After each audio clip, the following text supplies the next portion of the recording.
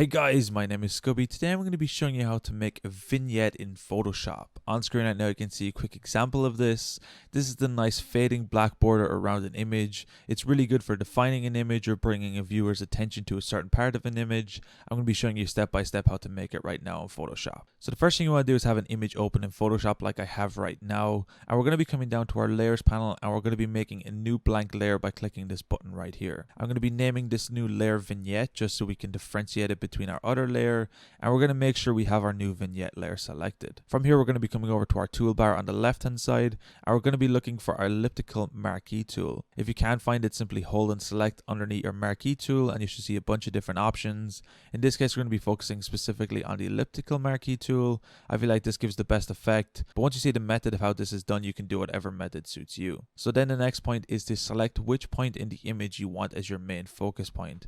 In this case I want this red rose in the center.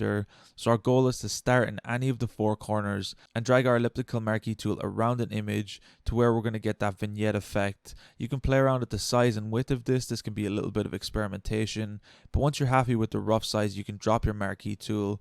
And as long as you have your marquee tool still selected in your toolbar, you can drag in the center and still move your marquee tool around if you want to center it up with your image, which I'm going to be doing in this case. Photoshop should automatically snap and guide you to the center of your image. So I'm pretty happy with how this looks right now. So our next step is to right click inside our marquee tool with our marquee tool selected, and we're going to be selecting inverse. Now what this is going to do is going to select the outside of our marquee tool where we're going to be adding our black faded effect. So the next step is to come down to our paint bucket and we're going to make sure our foreground color is a pure black color. Now you don't necessarily have to do a pure black color. You can do whatever color you want to use. In this case I'm going to be using black, but this can be a little bit of experimentation. You can really help create a unique feel in your image depending on the color you use, but black in this case is going to be fine for me. From here, we're going to be grabbing our paint bucket tool and we're going to be painting in our layer in this black color. Now, right now you can see this already looks pretty good, but we're going to be adding some more effects to it to make it look a little bit cleaner. From now, we want to deselect our marquee tool path, and we do this by clicking Control and D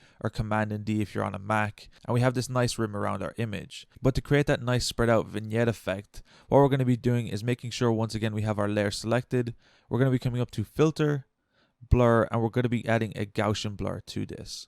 Now we can zoom out a lot here until we can see our black border on our image, so we can see a bit of a preview of this. And we're going to be increasing the radius in our pixel blur to add a softening effect to the black border that we just added around this.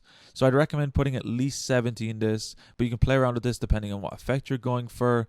In this case I want to add a nice round vignette effect. I probably made it a little bit too thick on the edges, but at least I know that now so I can go back and change it later on. But for right now I'm going to be leaving it as is. The vignette I think at 200 pixels in this case looks good. It's a nice soft effect, but you can play around with this and use different shapes. But once you're happy with your blurring, simply click OK and we can see our nice vignette effect is created. Now since we have this on its own separate layer, we can also click our vignette, click Control and T or Command and T if you're on a Mac, and go to our transform layer, and we can increase the scale of this to make it slightly lighter on the edges. And we can play around with the scale and position to make it a slightly askew effect, or if you want it slightly different shaped. In this case I'm going to be leaving it by default to the size it was, but these are some extra options you have by having it on its own layer. But anyway guys, it's as simple as that to create a vignette in Photoshop. If you guys enjoyed this tutorial, be sure to drop a like, subscribe if you're new, check out the other videos on the channel.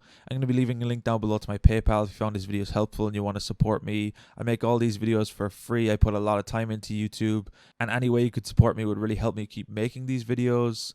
But anyway guys, thank you so much for watching. Until next time, as always, keep it saucy. Peace.